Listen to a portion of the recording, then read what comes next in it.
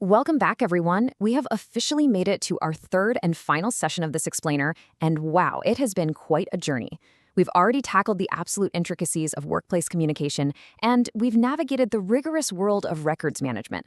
But today we're putting all those skills to work as we focus on what is arguably the most dynamic part of the job, planning meetings, events, and travel arrangements. So let me ask you something. Have you ever attended a corporate conference or even just a simple team meeting where absolutely everything just flowed? You know what I mean? The tech actually worked, the timing was totally perfect, and you felt completely taken care of. Well, what actually makes an event that seamless? The truth is, a flawless corporate experience is built on hours and hours of invisible work. It literally never happens by accident. And the person orchestrating all that invisible work is someone we like to call the architect of experiences. The modern administrative professional isn't just sitting in the background taking notes anymore. They're the ones ensuring that meetings, corporate events, and business travel run without a hitch. And in the Philippines, this role requires a really unique, highly specialized blend of organizational skills and deep cultural sensitivity. I'm talking specifically about the value of malasakit, that genuine, proactive hospitality. It's all about anticipating needs way before they even pop up. Okay, so here's our blueprint for today.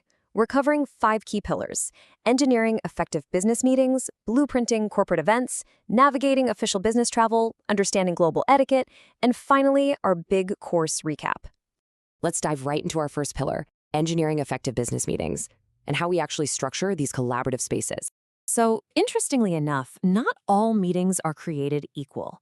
A successful architect really has to know the terrain.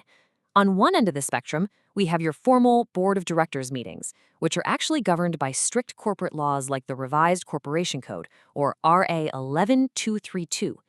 Then, you've got your standard staff meetings for those weekly operational updates. And of course, the now totally ubiquitous virtual meetings via Zoom or Google Meet.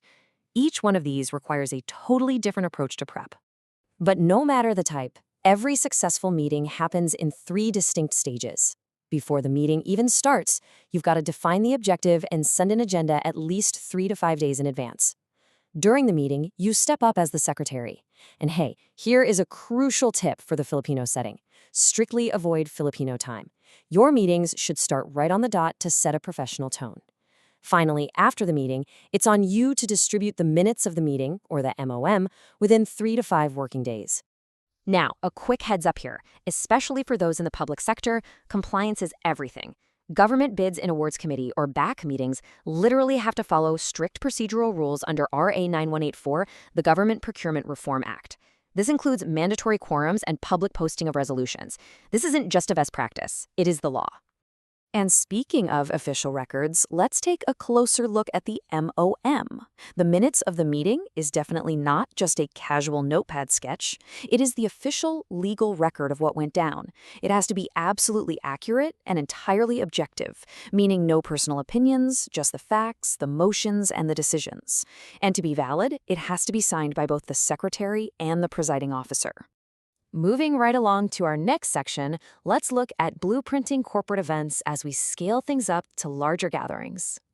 Whether you are organizing a highly technical training seminar or that legendary, highly anticipated Philippine Christmas party, every great event planner relies on the 5 W's and an H.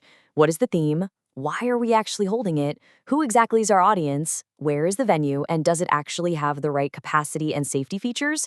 When is the date? Pro tip here, always cross-reference with the holiday calendar. And finally, how are we pulling this off when it comes to budget and logistics? This framework ensures absolutely no stone is left unturned. Another critical compliance alert for you all. If you are organizing a government event, you absolutely must adhere to COA Circular 2012-003 regarding allowable expenses. Overpricing or organizing fake, so-called ghost events, are serious legal violations. Your budget matrices have to be airtight. To ensure that all your budget and planning actually translates into reality, the architect of experiences relies heavily on a game changer of a document, the run of show, or ROS. Think of it as a highly detailed, minute-by-minute script used by organizers.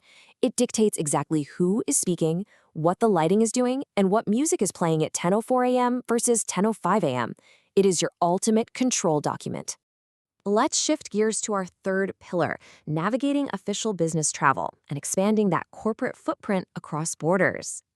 Whether you're arranging a local field assignment down in Davao or a massive international ASEAN summit in Bangkok, travel is a major administrative puzzle. Here are your essentials. You need to secure a travel authority, understand the daily allowance, prepare a deeply detailed itinerary. And for international trips, you must ensure the traveler's passport has at least 6 months of validity left. Also, for sure, always allow 3 to 6 weeks for visa processing. You simply cannot rush an embassy.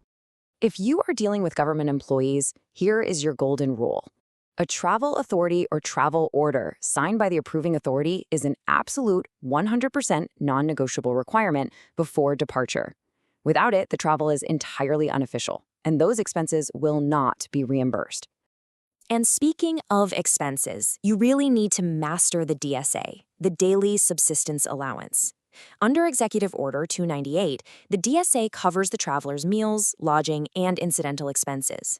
Rates vary widely depending on whether the travel is local or foreign and what specific region or country the employee is visiting. Knowing these rates upfront prevents major accounting headaches later on.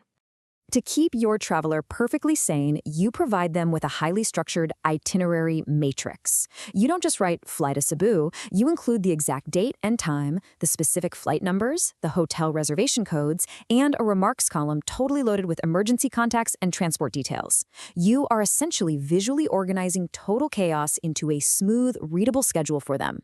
Now let's explore Section 4, Global Best Practices and Etiquette, which is really where high-tech tools meet essential human connection.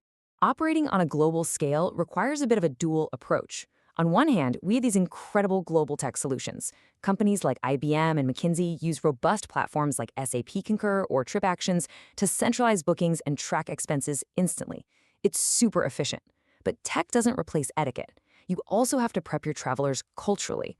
For example, reminding them to exchange business cards with 2 hands in Japan as a sign of respect, or advising foreign visitors that here in the Philippines, that pre-meeting small talk is absolutely vital for building a social relationship before any actual contracts are signed. Finally, we have reached our last section, the course recap and final project. It's time to put all these new skills to the test. We have come to the end of our module, and just look at everything we've built together. We started with communication, mastering professional writing while navigating deep cultural nuances like Pakisama. Then we locked down records management, ensuring absolute accountability under laws like RA 9470. And today, we've brought it all to life through meetings and events, delivering excellence through rigorous planning and that crucial, beautiful touch of malasakit. So here is your final assessment mission. I am officially challenging you to act as the true architect of experiences. You are tasked to plan a regional staff development program for 50 participants. You'll need to submit a formal proposal, create an itemized budget matrix, draft a minute-by-minute run of show, and prepare a flawless travel itinerary for 5 out-of-town guests. This project will test everything we've learned across the entire explainer. I have absolutely no doubt you are going to excel at this. Good luck with your projects. Thank you so much for your focus, your dedication, and for being such an incredible part of this series, where we drew on essential guidelines from the CSC and the National Archives, as well as Kiambo 2020 and RA 11032. I've genuinely loved guiding you through all this material. I'll leave you with this final thought to ponder as you start drafting up those proposals. You now have the blueprint, you have the tools, and you have the cultural insights. So, tell me, are you ready to be the architect of your organization's next great experience?